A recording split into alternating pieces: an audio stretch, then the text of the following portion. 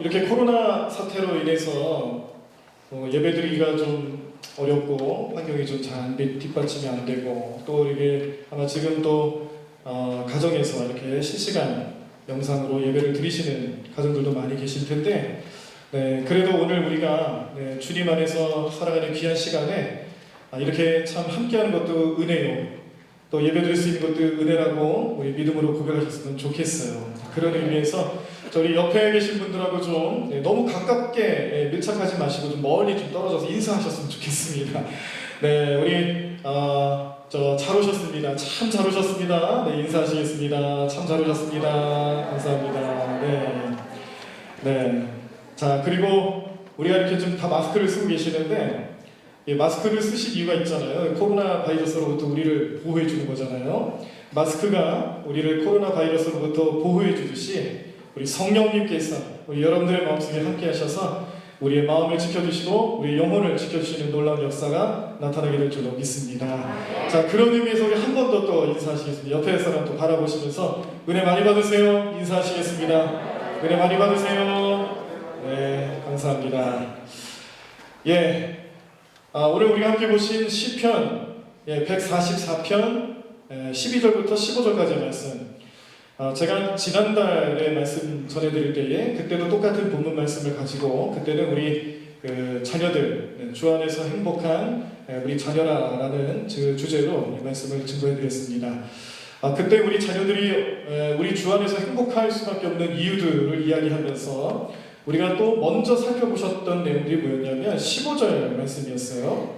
15절 말씀, 오늘 본문 말씀의 마지막 절이죠. 15절 말씀. 자, 이 말씀 다시 한번 읽어보도록 하겠습니다. 이러한 백성은 복이 있나니 여호와를 자기 하나님으로 삼는 백성은 복이 있도다. 아멘. 네. 자, 이 말씀을 좀 기억하셔야 됩니다. 오늘 저와 여러분들 은혜를 나누시는 이 말씀을 계속 들으실 때마다 이 15절 말씀을 계속 마음속에 염두하고 들으셔야 돼요. 왜냐하면 오늘 말씀의 주제는 우리의 물질적인 것과 관련이 있습니다. 네, 우리 주 안에서 행복한 경제생활이라는 주제로, 제목으로 말씀을 전하는데, 그 내용들을 보시면은 물질적인 복이라든지 아니면 우리의 경제생활과 관련된 부분에서 하나님께서 은혜를 베풀어 주셔야 된다는 그런 내용들이 나올 거예요.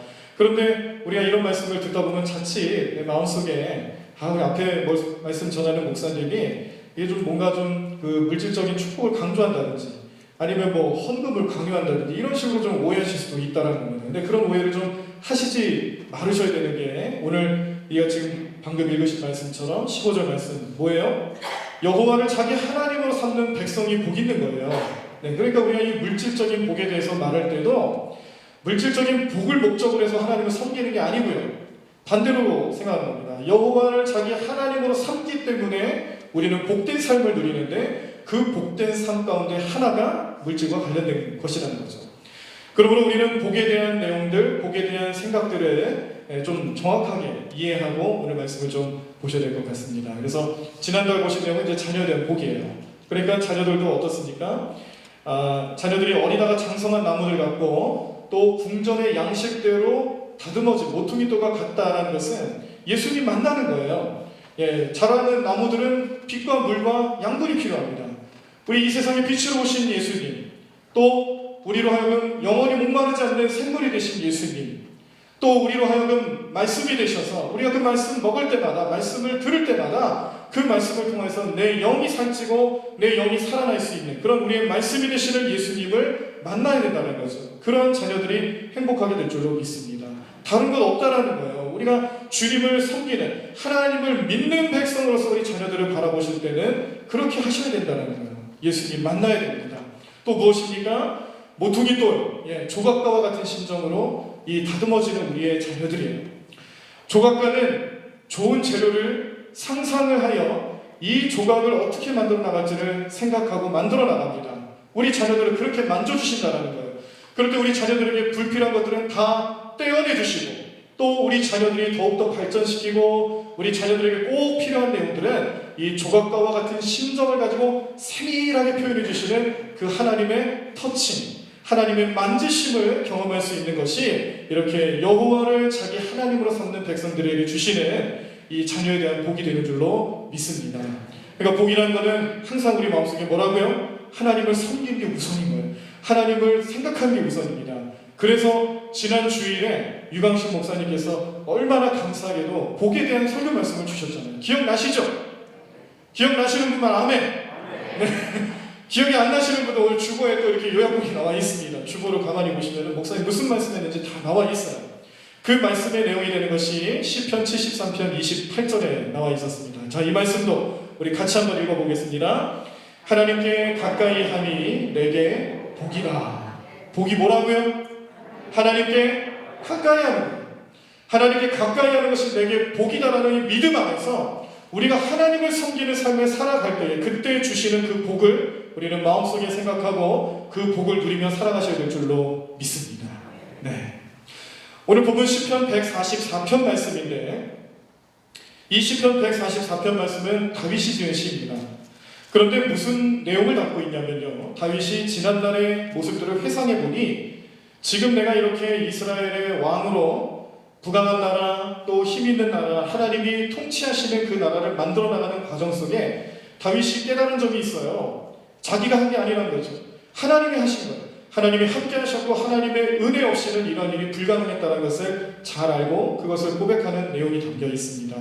그런데 또 생각을 해보니 다윗의 삶에 무려 10여 년 동안이나 다윗을 괴롭혔던 이 사울의 추격전, 사울의 살해 위협으로부터 피하기 위하여서 또 그 주변에 얼마나 많은 원수들이 있었는지 그 원수들의 죽음의 위협으로부터 피하기 위하여서 다윗은 정말 많은 애를 썼습니다. 미친 척도 했고요. 망명도 했고요. 또 정말 온갖 수모와 어려움을 당하면서도 그는 결국 하나님의 은혜를 통하여서 이러한 나라를 이룰 수가 있었는데 그 모든 과정 속에서 하나님이 이렇게 해주셨기 때문에 이 모든 은혜 때문에 나는 가능했구나. 그 은혜를 고백하는 내용이죠. 시편 144편에서는 다윗이 경험했던 그 하나님의 보호하심과 은혜의 삶, 또 자신의 생명을 지켜주시는 그 은혜의 삶을 기억하며 찬양하는 후에 마지막 부분에 가서는 이렇게 나에게 은혜로 함께 하시는 것도 감사한데 하나님께서 복을 주셨다는 거예요. 그 복의 내용이 자녀의 복, 또 물질과 관련된 복, 그리고 하나님 보호하시는 복에 관한 내용입니다. 그래서 오늘은 제가 두 번째 시간으로 삼고 이 물질과 관련된 복을 말씀드리는 것이고 다음 달에 되면 다음 달도 제가 말씀을 전하는 시간이 되면 그때는 이 하나님의 보호하심에 대한 이 다윗이 고백하는 세 번째 복 하나님의 보호하심. 근데 이것은 무엇이냐? 우리의 인생 설계에 함께 하시는 하나님, 우리의 인생과 우리와 함께 하시는 그 하나님의 은혜를 다음 달에 전해드리도록 하겠습니다. 자, 그래서 우리가 이렇게 다윗의 고백을 통해 깨닫는 사실 한 가지는 뭐냐면 은혜라는 거예요. 은혜. 네. 우리가 이렇게 복받는 것도 은혜고 네, 그리고 우리가 이 세상 살아가는 거 지금 비록 좀 불편함이 있을지 모르지만 모든 게 은혜예요. 은혜로 살아가고 있고 은혜로 되는 일이 없었다는 것을 다윗이 고백하는데 우리의 마음속에서도 우리가 어떤 상황이든지 어떤 삶의 모습이든지 이 은혜를 늘 생각하시며 살아가실 수 있는 우리 여러분들 삶, 우리 성도님들 삶이 되기를 간절히 축원합니다. 자, 그런 의미에서 우리 한번 좀 찬양했으면 좋겠어요. 하나님 오늘 우리에게 은혜를 주세요. 하나님 오늘 이 말씀 시간이 우리에게 은혜의 말씀 시간 되게 해주세요. 성령님께서 내 안에 계셔서 은혜를 바라보게 하고 은혜로 이루어질 수 있도록 도와달라고 우리 가사를 잘 생각하시면서 우리 먼저 찬양하시고 우리의 마음가짐, 은혜로 향하는 마음가짐이 될 수 있도록 주님께 나가는 오늘 귀한 찬양 되기를 원합니다. 우리 함께 찬양하겠습니다. 이 모든 것이 주님의 은혜, 이 모든 것이 은혜라. 우리 주님의 은혜를 생각하며 고백하는 마음으로 우리 먼저 우리 마음을 정하시기를 바랍니다. 함께 찬양하겠습니다. 이 모든 것이 주님의 은혜. 모든 것이 주님의 은혜, 이 모든 것이 은혜라네. 이 모든 것이 주의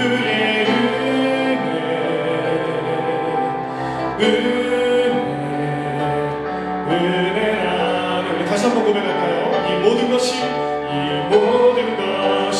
주님의 은혜,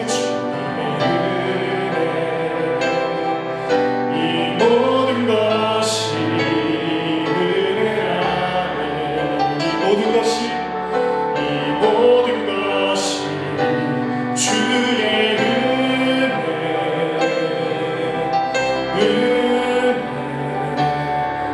은혜라. 우리 가슴에 손을 얹고 찬양합니다. 이 모든 것이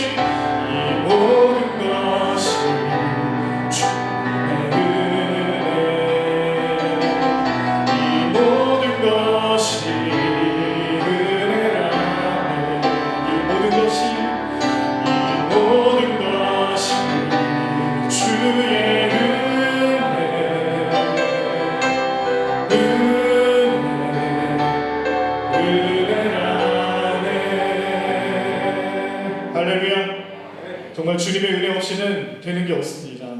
오늘 제가 말씀을 전하는 것도 주님의 은혜고요. 오늘 이 자리에서 함께 모여서 예배하는 것도 주님의 은혜고요.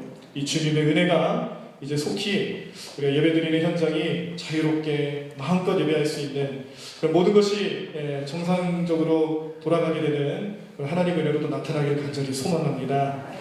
네, 자 그래서 우리는요 우리의 경제적인 활동에도 은혜를 생각해야 된다는 거예요.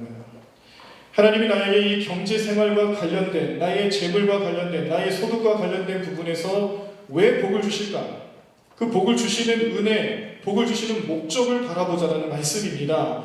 그래서 우리는 이 경제 활동, 우리의 가정 경제든지, 우리의 뭐 사업장이든지, 우리의 직장 생활이든지, 그 안에서 나에게 주시는 이 경제적인 하나님의 복을 생각할 때는요, 이런 마음가짐을 좀 가지셨으면 좋겠어요. 먼저 하나님의 은혜를 깨닫는 겁니다. 하나님께서 나에게 은혜를 주셨기 때문에 나는 하나님의 백성으로 사는 삶으로 살아갈 수 있었구나.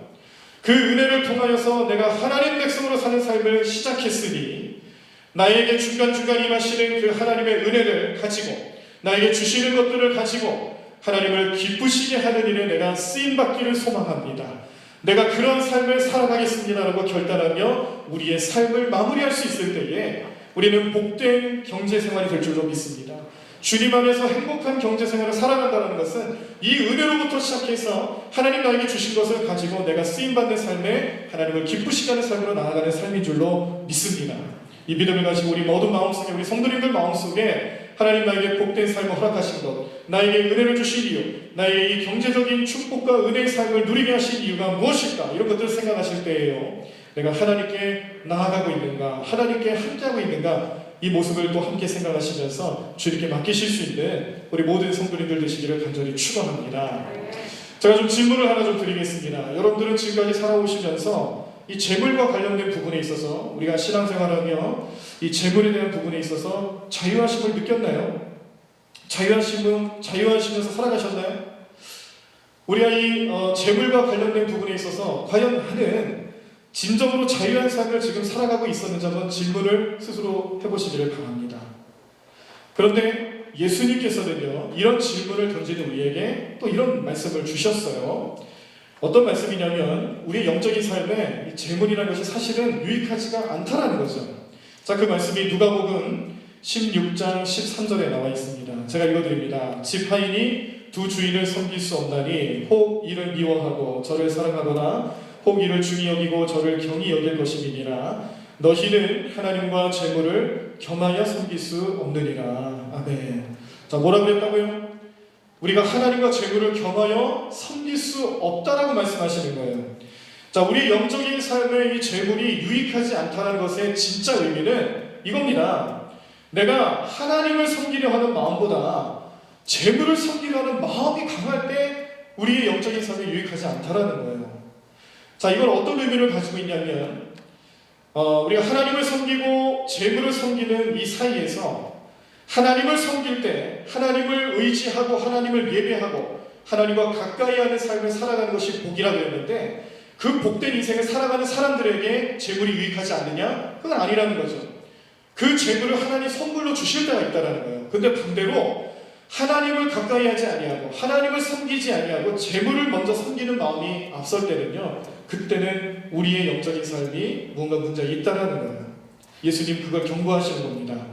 자, 그래서 하나님을 섬기는 사람들에게 오히려 하나님은 선물로서 재물을 주실 때가 있다라는 겁니다. 자, 이 말씀이 전도서 5장 19절에 나와 있는데요. 자, 이 말씀 함께 읽어보도록 하겠습니다. 또한 어떤 사람에게든지 하나님이 재물과 부요를 그에게 주사 능히 누리게 하시며 제 몫을 받아 수고함으로 즐거워하게 하시는 것은 하나님의 선물이라. 아멘. 우리가 재물을 선물로 받을 수 있습니다. 이러한 재물을 선물로 받은 사람 중에 대표적인 인물이 솔로몬이에요. 솔로몬은 다윗의 뒤를 이어서 이스라엘의 세 번째 왕이 된 사람이죠. 다윗의 아들이고 그 뒤를 이어서 세 번째 왕으로 등극을 했는데 솔로몬의 마음속에 다급한 아주 급한 기도 제목이 생겼어요. 뭐냐면 자기가 생각할 때에 아버지 다윗보다 결코 나은 것이 없다라는 거죠. 다윗이 그가 통치하는 40년의 기간 동안에 이스라엘을 너무나도 잘 다스렸어요. 하나님을 너무나도 잘 섬겼습니다. 오죽했으면 말씀에서 하나님 마음에 합한 자라고까지 그렇게 표현을 하겠어요. 하나님 마음에 합한 자로 여김을 받았던 다윗의 뒤를 이어서 왕이 된 솔로몬. 자기가 생각할 때는 아버지처럼 할 수가 없는 거예요. 어렵습니다. 그래서 그는 제단을 쌓았습니다. 무려 1000개의 제단, 1000개의 예물을 바침으로써 하나님 앞에 그의 마음을 표하는데 하나님께서 그 모습에 감동하시고 그의 꿈에 나타나셔서 솔로몬이 물어보시죠. 네가 무엇을 구하기를 원하느냐? 그랬더니 솔로몬이 뭐라고 대답을 하냐면 자기는 지혜를 원하는 거예요. 자, 이 말씀의 내용이 역대하 1장 11절에서 12절에 나와 있습니다. 우리 함께 또 이 말씀도 같이 읽겠습니다. 하나님이 솔로몬에게 이르시되 이런 마음이 내게 있어서 부나 재물이나 영광이나 원수의 생명 멸하기를 구하지 아니하며 장수도 구하지 아니하고 오직 내가 네게 다스리게 한 내 백성을 재판하기 위하여 지혜와 지식을 구하였으니 그러므로 내가 네게 지혜와 지식을 주고 부와 재물과 영광도 주리니 내 전의 왕들도 이런 일이 없었거니와 내 후에도 이런 일이 없으리라 하시니라. 아멘. 솔로몬이 보여준 마음은 하나님의 뜻이었습니다. 자, 그는 먼저 부귀와 영광 혹은 그 주변에서 여러 적대 관계에 있었던 나라들의 그런 전투에서 승리를 원하거나 그런 걸 구한 게 아니었어요. 자신의 욕심을 구한 게 아니란 거죠. 대신에 솔로몬이 구했던 것은 하나님이 자기에게 맡겨주신 이 백성들을 잘 다스려야 되는데 그렇게 하기 위해서는 자기에게 지식과 지혜가 필요한 거예요. 그 지혜가 없이는 도저히 이 나라를 다스릴 엄두가 나지 않는 겁니다. 그래서 하나님 앞에 구한 것은 지혜를 구한 거예요. 그랬더니 하나님 그 마음을 기뻐하셨죠. 하나님 그 마음을 기뻐하시면서 솔로몬이 구하지 아니한 것을 선물로 주셨는데 그것이 무엇이냐? 바로 부와 재물과 영광입니다. 무엇을 깨닫습니까? 우리도 기도할 때 때로는 우리의 기도 제목 가운데 하나님께 어떤 것을 구하는 과정에서 내가 잃어버리고 잊어버리고 하는 기도 내용들이 많이 있어요. 우리가 잊어버리기 쉬운 건 무엇이냐면 과연 나는 하나님 뜻을 구하고 있는 기도를 하는가? 내가 드리고 있는 이 기도가 하나님이 원하시는 기도인가? 하나님 뜻을 구하는 하나님 마음을 움직일 수 있는 기도인가? 이걸 우리가 간과할 때가 너무 많다는 겁니다. 급한 나머지 그냥 우리의 필요로만 우리의 필요를 채워주시는 하나님만 생각하지 우리가 하나님을 위해서 무언가를 할 수 있는 하나님 뜻을 이루기 위해서 무언가를 하기 위해 노력하거나 기도한 적이 얼마나 있었나요? 오늘 솔로몬 그렇지 않았다는 거죠. 그래서 하나님께서는 솔로몬에게 그가 구하지 아니한 것을 주셨는데 그 이유는 뭐예요? 하나님의 뜻을 구했기 때문에 그렇다는 거예요. 하나님의 뜻을 구하는 삶, 하나님의 뜻을 구하는 인생에게는 하나님께서 선물로 여러 가지를 주실 수 있는데 그 중에 하나가 재물일 수도 있다는 겁니다. 그래서 우리는요, 이 재물로부터 자유할 수 있는가라는 질문 아까 제가 드렸죠. 재물로부터 자유할 수 있는가에 대한 질문에 해답을 얻기 전에 내 삶이 지금 어느 위치에 있는가를 깨닫는 게 사실은 더 급하다는 거예요. 내가 하나님 뜻 안에 서 있는가? 그렇지 않으면 그 밖에 있는가? 나는 하나님 뜻 안에 머물고 있는가? 하나님 뜻에서 멀어지고 있는가? 내 모습은 과연 어느 곳에 있는가를 생각하시면서 우리의 삶의 모습을 되돌아보실 때에 주님이 원하시는 것은 더도 말고 덜도 말고 하나님과 함께하는 삶입니다. 하나님을 섬기는 삶입니다. 오늘 우리가 봉독하신 말씀의 마지막 부분 여호와를 자기 하나님으로 섬기는 백성이에요. 그 백성에게 주시는 복 중에 하나가 바로 재물, 우리의 경제생활과 관련된 복이 된다라는 말씀입니다. 자, 우리는 감리교 교인입니다. 감리교를 만드신 목사님이 18세기 영국 사회를 변화시킨 웨슬리 목사님이시죠. 웨슬리 목사님이 영국 사회를 변화시키면서 복음운동을 펼쳐나가시면서 바라봤던 그때 사회는 이런 모습이었어요. 18세기 영국 사회 산업혁명 이후에 이제 이 기계를 통해서 움직여지는 공장 또 노동력이 막 급격하게 늘어나기 시작을 하니까 사람이 가지고 있는 노동력은 값어치가 그 반대로 떨어지게 됩니다. 이 기계가 훨씬 일을 잘하잖아요.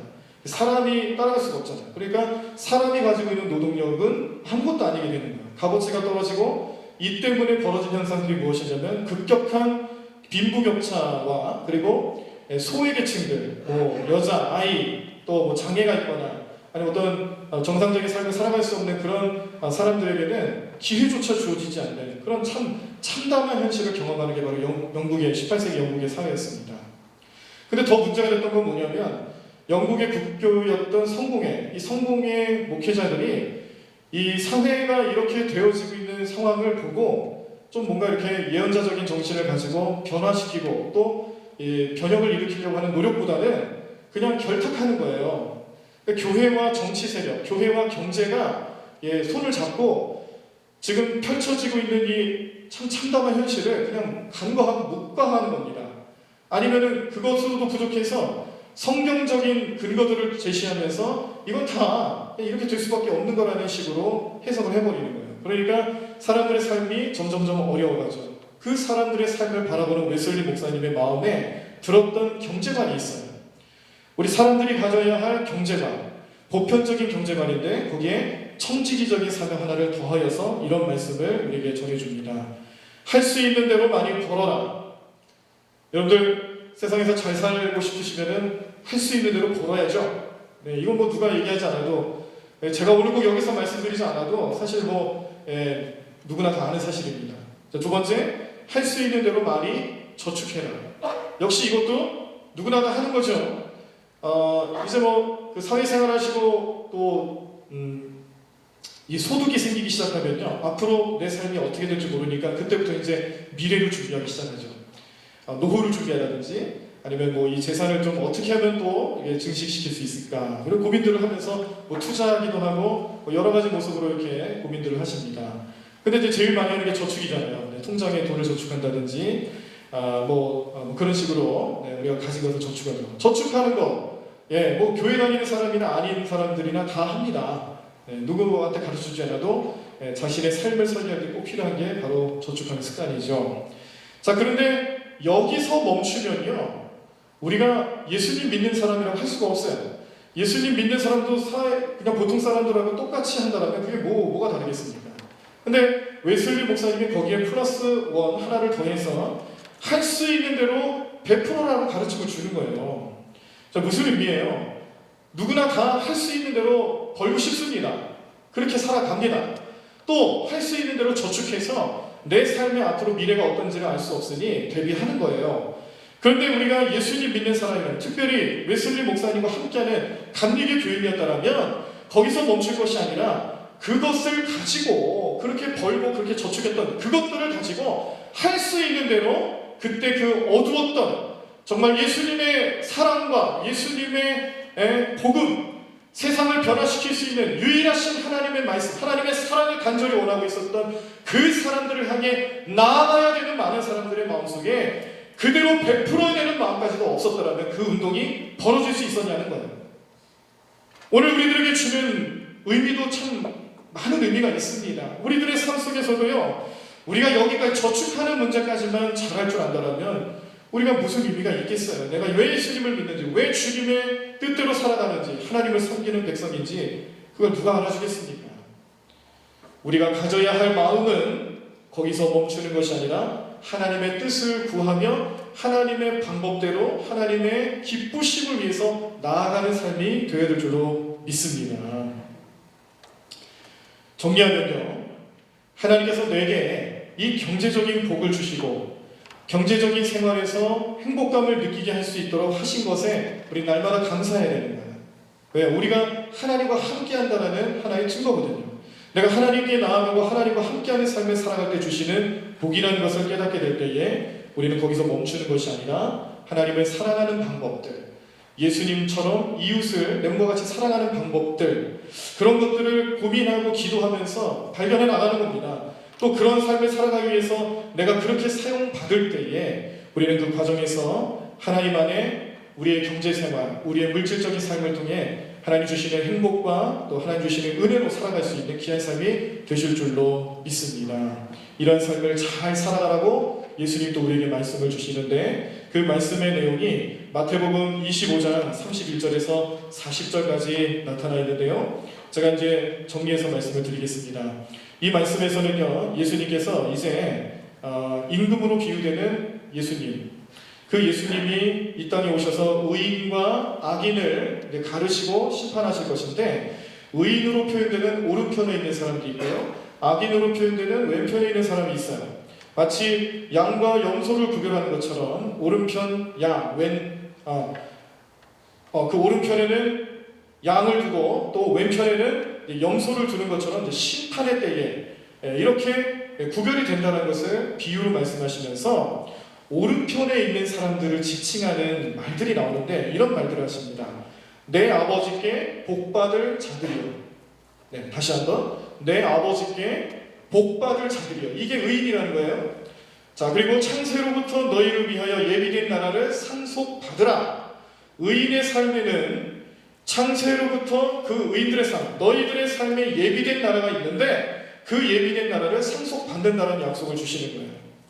그 의인들에게 그런 말씀을 주시면서 또 어떤 말씀을 주시냐면 내가 줄일 때에 너희가 먹을 것을 주었고 목마를 때에 마시게 하였고 나그네 되었을 때에 영접하였고 헐벗을 때에 옷을 입혔고 병들었을 때에 돌보았고 옥에 갇혔을 때에 와서 보았느니라.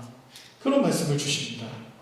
그랬더니 의인들이 그 얘기를 듣고 주님께 이런 얘기를 합니다. 주여, 우리가 언제 그렇게 했습니까? 되돌아 보는 거예요. 자기는 그런 적이 없다는 거예요. 그런데 자기네들이 그렇게 했다라고 말씀을 하시니까 자기는 전혀 그런 적이 없는데 왜 그런 말씀을 주시는지 물어봤어요. 그랬더니 뭐라고 또 정리를 해주시냐면 너희가 여기 내 형제 중에 지극히 작은 자 하나에게 한 것이 곧 내게 한 것이라 라고 말씀 주십니다. 어떤 의미겠습니까? 하나님을 섬기고 하나님과 가까이 하며 하나님을 의지하고 하나님을 예배하는 하나님의 백성된 자들, 의인의 무리에 속해 있는 이 사람들의 삶에 하나님께서 많은 복을 주시고 또 하늘나라를 허락하시고 그들에게 좋은 것을 허락해 주시는 과정 속에서 그 이유들에 대한 설명들을 주실 때에 지극히 작은 자, 내 형제 중에 지극히 작은 자 하나에게 한 것들이 결국에는 하나님께 한 것이다 라는 말씀을 주시면서 오늘 이 시대를 향한 우리 그리스도인된 자들, 또 우리 감리교인된 우리 모든 성도님들 삶, 저와 여러분들의 삶 속에서 우리가 꼭 잊지 말고 생각해야 될 부분들, 보통 사람들처럼 벌고 보통 사람들처럼 저축하는 것까지는 누구나 다 잘할 수 있지만 거기서 멈추지 말자는 겁니다.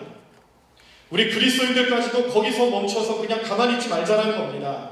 특별히 웨슬리 목사님이 이런 가르침을 주셨으니 그 후예들이 되는 우리 감리교인들, 우리 대관 감리교회를 섬기시는 여러분들의 삶과 저의 삶에 그냥 저축까지만 잘하고 멈추는 삶이 되서는 안 된다라는 거예요. 그 이상으로 넘어가야 됩니다. 초월해야 됩니다. 무엇을 뜻하는 것인지, 왜 나에게 이런 재물을 허락하셨고 왜 내가 이런 경제 활동을 할 수 있는지 하나님의 뜻을 찾아보시자라는 거예요.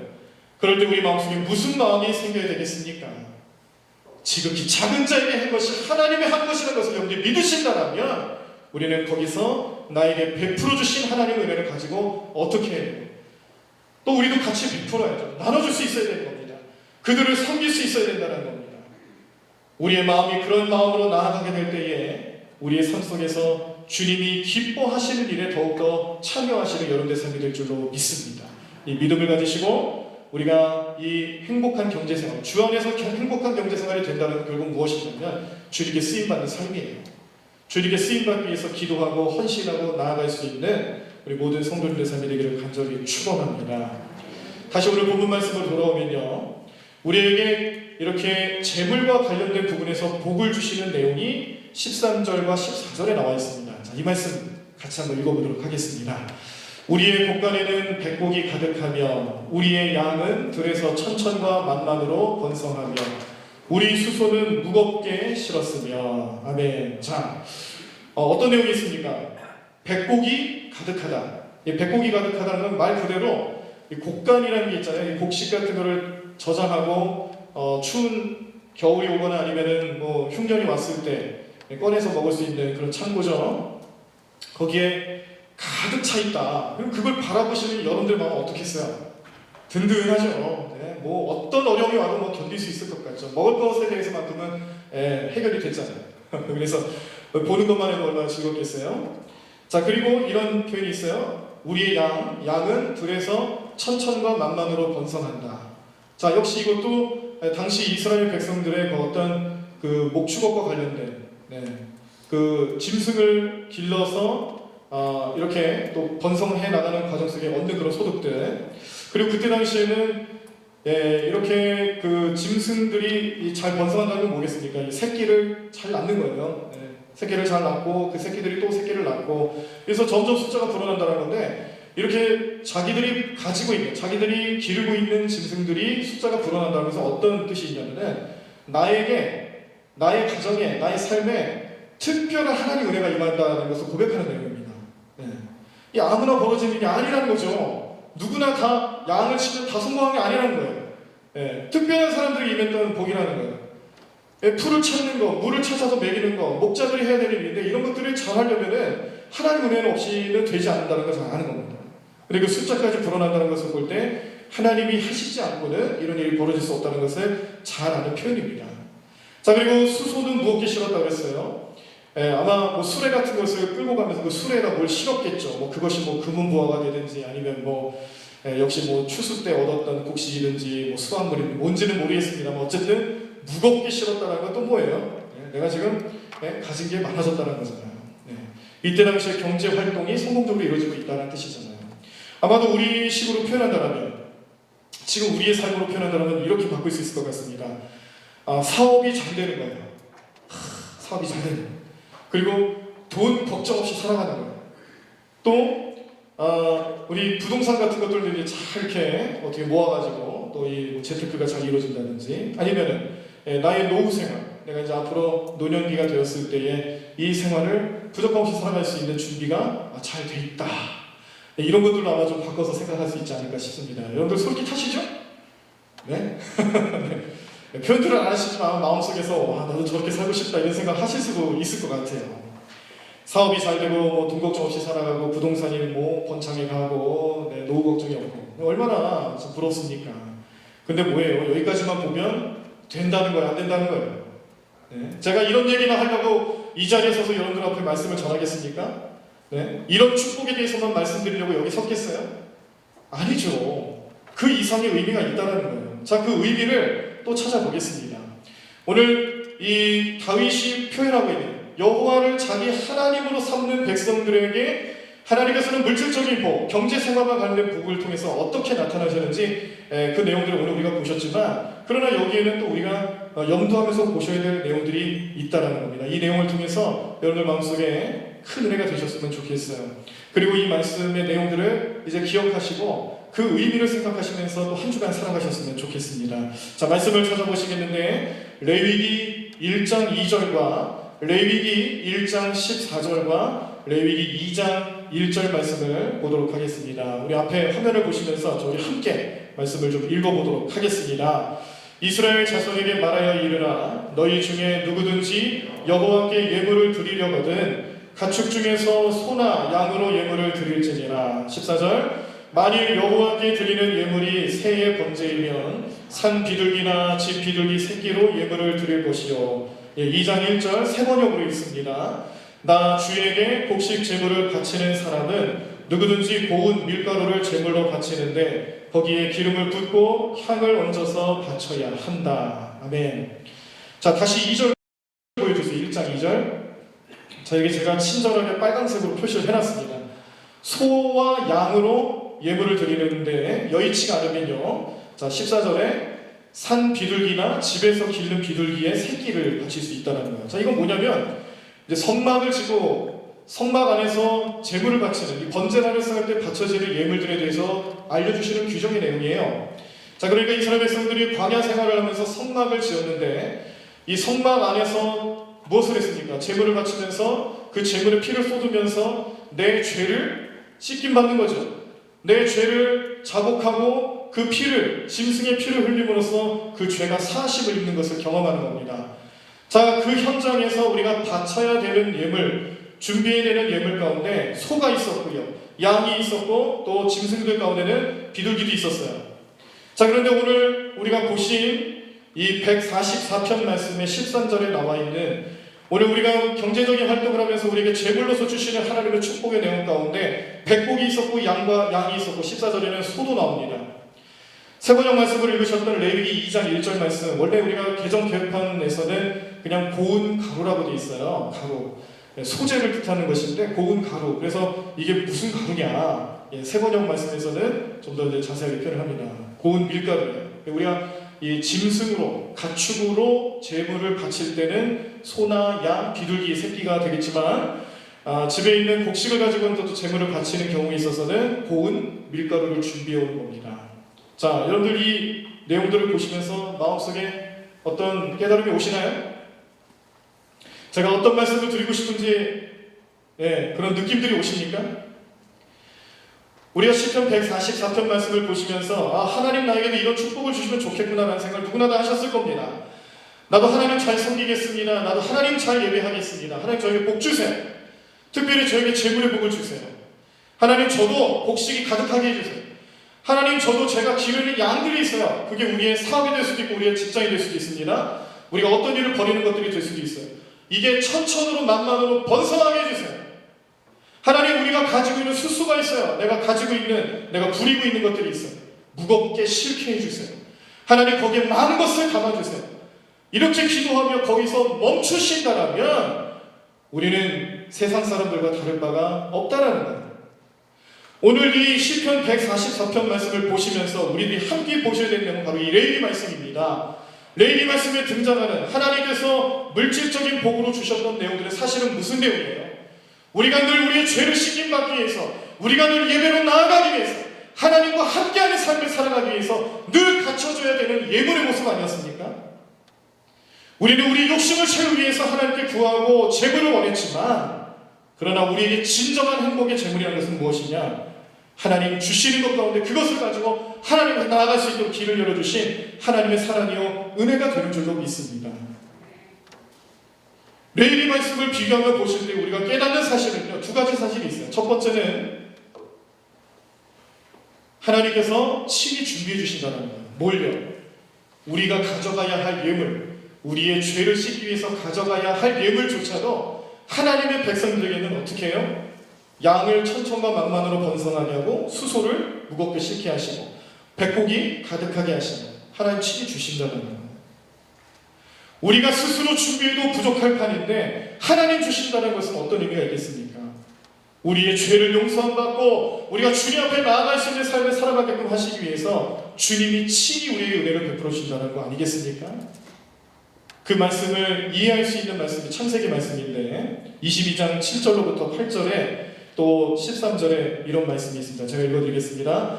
이삭이 그 아버지 아브라함에게 말하여 이르되 내 아버지여 하니 그가 이르되 내 아들아 내가 여기 있노라. 이삭이 이르되 불과 나무는 있거니와 번제할 어린 양은 어디 있나이까. 아브라함이 이르되 내 아들아 번제할 어린 양은 하나님이 자기를 위하여 친히 준비하시리라 하고 두 사람이 함께 나아가서, 자 13절입니다. 아브라함이 눈을 들어 살펴본즉 한 순양이 뒤에 있는데 뿔이 수풀에 걸려있는지라. 아브라함이 가서 그 순양을 가져다가 아들을 대신하여 번제로 드렸더라. 아멘. 자, 이 말씀 뭡니까? 아브라함이 하나님의 명령을 듣습니다. 내 아들 이삭을 바쳐라. 내 아들 이삭을 번제단에 바쳐라. 그래서 순종하는 마음을 가지고 모리아 산에 올라가는데요. 올라가는 도중에 이삭이 물어보는 거예요. 자기가 지금까지 경험해본 제사에 의해서는 제단을 쌓는 법에 의해서는 항상 제물이 같이 갔어요. 흠없는 어린 양을 준비했겠죠. 그래서 그 어린 양을 데리고 가져갔어요. 근데 오늘은 이상해요. 우리가 붙여야 될 불도 가져가고 또 태워야 될 나무도 가져가는데 양이 없는 거예요. 그래서 아버지한테 물어봅니다. 아버지 번제할 어린 양은 어디 있어요? 이상한데요? 왜 안 가져오셨죠? 어디 있어요? 물어봤어요. 그랬더니 아브라함이 뭐라고 대답해요? 어린 양은 하나님이 자기를 위하여 친히 준비하시리라. 아멘. 네. 하나님이 이삭을 대신하여 준비하실 거라는 거예요. 이게 아브라함의 믿음이죠. 결과적으로 어떻게 됐습니까? 정말로 준비하셨어요. 아들을 바치려 하는 아브라함을 말리시고 붙잡으시고 그 수풀에 걸려있는 순양을 보게 하셔서 그것을 대신하여 제단에 바치게 하시는 모습, 이 모습을 통해 우리는 사실 죄 많은 인생이며 하나님 앞에서 뭐 하나 내세울 것 없는 연약하고 부족한 인생인데, 그래서 주님께 나아가려면은 반드시 그 죄값을 해결해야 되는데 그 죄값을 대신 해결할 예물을 하나님께서 나에게 경제적인 복으로, 물질적인 복으로 대신할 수 있는 것으로 주고 계신다는 겁니다. 우리가 경제적인 복에 대해서 생각할 때 그 이미지가 떠올려져야 된다는 거예요. 오늘 이 아브라함과 이삭을 바치는 이 사건에서 아브라함이 경험했던 하나님이 친히 준비하시겠다는 것과 아들을 대신하여 번제를 드릴 수 있었던 이 은혜의 사건은 결국 무엇을 얘기하는 거예요? 우리가 수없이 말씀 들어보셨잖아요. 유광식 목사님께서 가르침을 주시면서 우리 잘 알고 계시잖아요. 이게 곧 우리를 대신하여 저 십자가를 지신, 우리를 대신하여 찔림을 당하신, 우리가 피 흘려야 되고 우리가 죽어야 되는데, 죄의 값을 우리가 져야 되는데 예수님을 통해서 대신 지게 하시고 대신 우리를 구원받게 하셨던 그 하나님 사랑을 깨닫게 하는 말씀 아니겠습니까? 우리 재물에 대해서 생각할 때는요, 시편 144편 말씀에서 나오는 재물이라는 것은, 물질에 대한 복이라는 것은 결국 우리의 삶 가운데 정말 하나님을 섬기는 백성이라면, 정말 하나님의 뜻대로 살아가는 백성들이라면 이 모습이 떠올려진다는 거예요. 이 십자가, 내가 재물이 많아지는 것에 즐거울 것이 아니고요, 그 재물이 많아지면 많아질수록 하나님께서 나를 위해서 친히 준비하고 계셨구나, 나는 저 십자가에서 어려움을 당하는 연약한 존재인데 하나님이 대신해서 나로 하여금 그 은혜를 베풀어 주셨구나라는 사실을 깨달으셔야 한다는 겁니다. 그래서 우리는 두 번째 사실, 깨달을 수 있는 두 번째 사실이 바로 이겁니다. 우리의 죄, 우리의 부족함을 깨닫게 하시기 위해서 물질의 축복을 주시는 거예요. 왜요? 그거 가지고 우리로 죄사함을 얻게 하시려고 하나님 뜻을 펼쳐 보여주셨잖아요. 그럼 우리가 버는 것에, 저축하는 것에 마음을 쏟고 거기서 멈춰서는 아무것도 아닙니다. 그냥 보통 사람들하고 똑같은 거예요. 근데 그 이상 하나님의 뜻을 구하시는 삶이 되셔야 합니다. 그 이상 하나님이 어떤 것을 원하시는지, 내가 주님 안에서 경제적인 생활의 축복을 누리며 살아간다라는 기도 제목, 그런 마음을 가지는 그 순간에 나는 어떤 마음을 가지고 살아가야 되는지, 우리는 나를 대신하여 저 십자가를 지신 예수님의 사랑, 구약시대에는 이스라엘 백성들로 하여금 성막에서, 성전에서 대신하여 예물을 드렸을 때 그 예물이 쏟는 피를 통해 깨끗함을 입었듯이, 그 예물도 미리 예비하시고 부어주시는 하나님의 은혜를 기억한다면, 오늘 이 시대 우리의 삶 속에서는 나로 하여금 죄를 깨닫게 하고 십자가에 지신 예수님을 볼 수 있게 하고, 그 예수님 은혜로 우리의 인생, 우리의 삶, 우리의 경제활동, 우리의 모든 인생의 전반적인 삶의 모습에서 십자가 정신이 나타날 수 있도록 결단하시는 여러분의 삶이 되시기를 간절히 축원합니다. 우리의 한 주간의 삶이 이런 삶이 되기를 간절히 축원합니다. 잘 살기 원하고 많은 것 가지기 원하지만 그 가운데서 우리는 십자가 정신을 가지고 주님의 뜻을 구해야 될 줄로 믿습니다. 이런 삶이 나타날 수 있도록 성령님께 우리의 마음을 정하시길 바라고요. 이런 삶의 모습들이 우리의 삶 가운데 나타날 수 있도록 하나님 나에게 복 주실 때마다, 하나님 나에게 경제적인 복을 주실 때마다 거기서 안주하지 마시고 하나님 나에게 더 회개하라고, 하나님은 나에게 더 십자가를 지라고 그렇게 나를 이끌어 가시는구나, 그런 하나님의 뜻을 발견하실 수 있는 저와 여러분들의 삶이 되기를 간절히 축원합니다.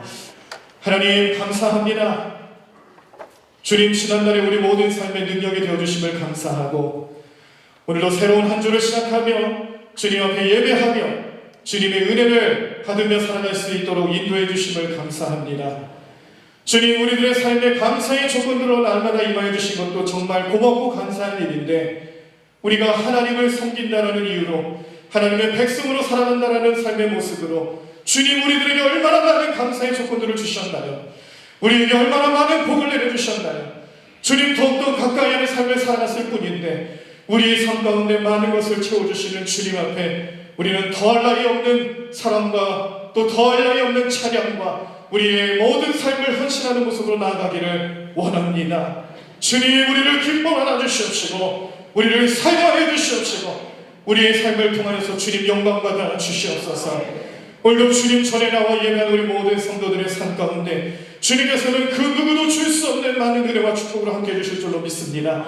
오늘 말씀을 기억하며 재물에 대한 말씀의 내용들을 바라보면서 우리도 세상 사람들처럼 우리의 재물의 욕심에서 머물러 있지는 않았습니까? 우리의 연약함을 용서해 주시옵시고 우리 주님께서 원하시고 주님이 뜻하시는 그 삶의 모습으로 나아갈 수 있도록 성령님 내 마음 가운데 함께하여 주시옵소서. 주님 주시는 그 복의 내용들은 결국 주님께서 우리로 하여금 새 생명을 얻게 하시기 위하여, 우리로 하여금 생명 있는 삶을 살아가게끔 하시기 위하여 죄의 문제로부터 자유함을 입을 수 있도록 도우시기 위하여 우리에게 바치라 하셨던 예물이었습니다. 하나님 그 예물이 되어주셨던, 그렇게 우리에게 어린 양 되어주셨던 예수님을 생각하며 저 십자가 모습으로, 저 십자가 정신으로 살아갈 수 있는 저희들의 삶이 되게 도와주시옵소서. 하나님, 우리가 재물에 욕심받는 것이 아니라 하나님의 십자가 사건을 기억하며 하나님의 사랑을 기억하며 예수님의 그 십자가 사랑을 바라보면서 우리도 십자가 지고 살아갈 수 있는, 십자가에서 피 흘리신 예수님처럼 살아갈 수 있는 우리의 삶이 될 수 있도록 결단케 하여 주시옵소서. 이 십자가 정신을 회파하고 이 믿음을 저버리게 만드는 모든 악한 권세들은 물러갈 줄로 믿습니다.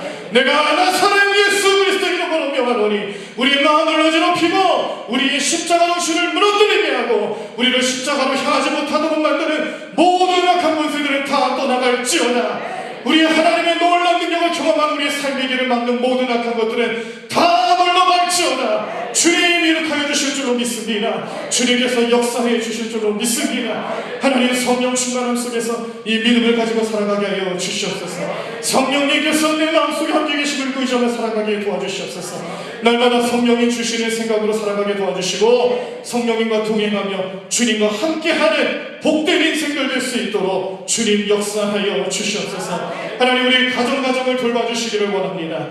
하나님, 우리 가정 가운데 함께 하시는 주님을 의지하며 살아가기를 원합니다. 우리 가정의 보증가 되어주시고 우리 모든 가족들이 일과 기도되어서 하나님 앞에 함께 예배하며 하나님과 함께 섬길 수 있는 우리 천국의 가정들이 되게 하여 주시옵소서. 하나님과의 관계가 회복되어지고 그 관계 속에서 하나님과 함께 사는 가정들이 되게 하여 주시옵소서. 주님, 이런 가정들이 될 수 있도록 날마다 무릎 꿇고 기도하며 눈물을 흘려 기도하는 우리 모든 주의 백성들의 그 울음소리를 주님 굽어 살펴주시옵시고 그 마음을 위로하여 주시옵시고 그 뜻에 합하여 주시옵시고 하나님 놀라운 열매가 나타날 수 있도록 주님 역사해 주실 줄로 믿습니다. 하나님, 우리 아픈 곳을 손을 얹어 기도합니다. 믿음으로 우리 아픈 곳에 손을 얹습니다. 가족을 대신하여 손을 얹습니다. 하나님, 우리의 모든 질병과 우리의 모든 정신적인 어려움과 우리의 모든 영적인 부분의 어려움들을 주님께 맡깁니다. 하나님, 못 고치는 병이 없으신 하나님을 의지하며 우리의 생명이 되시고 우리의 생명의 근원 되시며 창조의 권능자 되시는 주님 앞에 우리 모든 생명과 우리 모든 질병의 문제를 주님 앞에 맡깁니다. 주님, 우리를 만져주시옵소서. 우리의 병을 고쳐주시옵소서. 우리의 모든 어려움을 해결해 주시옵소서. 우리의 모든 마음을 다스려 주시옵소서. 우리 모든 영적인 어려움들을 해결받을 수 있도록 주님의 놀라운 능력으로 함께하여 주시옵소서.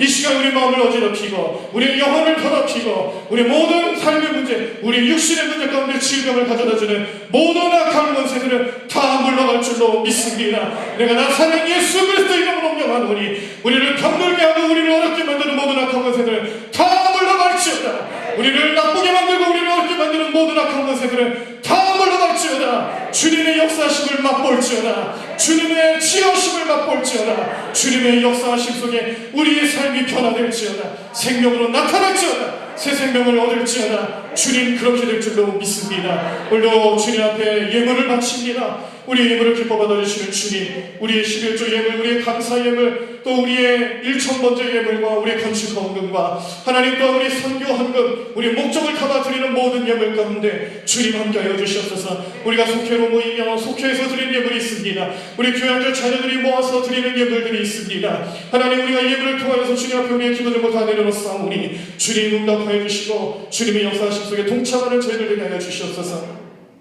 우리 자녀들의 문제를 해결해 주신 것뿐만 아니라 우리 자녀들의 앞길을 열어주시옵시고 우리 자녀들의 모든 삶의 는 되시는 주님을 바라보는 귀한 능력이 나타나게 도와주시옵소서. 하나님의 방법대로 쓰임받는 자녀를 되게 도와주시옵소서. 군복 먹는 자녀들과 함께하여 주시고 결혼을 준비하는 자녀들과 함께해 주시고 또 새로운 믿음의 가정을 이루고 태의 문이 열리기를 기다리는 모든 가정들과 함께해 주시고 우리 자녀들을 양육하며 기르면서 우리 믿음의 가정을 이루기 위하여 믿음의 가문을 이루기 위하여 오늘도 기도하며 주님께 매달려 간구하는 모든 주의 백성들을 주님 붙잡아 주시고 함께하여 주시옵소서. 주님의 역사하심이 우리 모든 가정 가운데 나타날 줄로 믿습니다. 오늘 함께 영상으로 예배드리지만 오늘 우리 마음과 우리 영혼을 주님께 바치는 마음으로 이제 함께하고 계시는 우리 모든 주의 백성들을 굽어 살펴주시고 하나님의 마음을 위로해 주시고 이번 우리가 당하고 있는 이 모든 코로나 사태가 주님의 은혜와 주님의 축복과 주님의 돌보심 속에서 하루속히 종식되고 정상적인 삶의 모습으로 돌아갈 수 있도록 주님 함께해 주실 줄로 믿습니다. 이 일을 위하여서 열심으로 일하며 열심으로 수고하고 계는 모든 의료 관계자들을 위로하여 주시고, 하나님 해외 각지에서 주님 말씀을 전하고 있는 과정 가운데 코로나 사태로 인하여서 억울한 모습으로 주님께 매달려 간구하고 주님 또 원치 않는 모습으로 어려움 당하고 계시는 우리 모든 선교사님들을 돌봐 주시옵소서. 주님, 우리 모든 해외에 있는 교회들과 우리 모든 믿음의 자녀들과 우리 모든 선교사님들 삶 가운데, 그 사역 가운데 주님의 역사가 나타날 줄로 믿습니다. 주님의 보호하심과 주님의 돌보심 속에서 하나님 이 모든 코로나 사태를 이기고 승리하는 저희들의 삶이 될 수 있도록 주님 축복하여 주시옵소서. 오늘 주신 말씀 우리 마음속에 기억하고 그 주님 주신 말씀을 붙잡고 살아가며 어느 때이든지 어느 상황이든지 저 십자가 바라보며 저 십자가에서 우리를 피 흘리시며 바라보고 계시는 주님만 의지하고 동행하면서 한 주간도 승리하는 우리의 삶 될 수 있도록 주님 도와주시고 인도해 주실 줄로 믿사옵고 예수님의 이름으로 기도드립니다.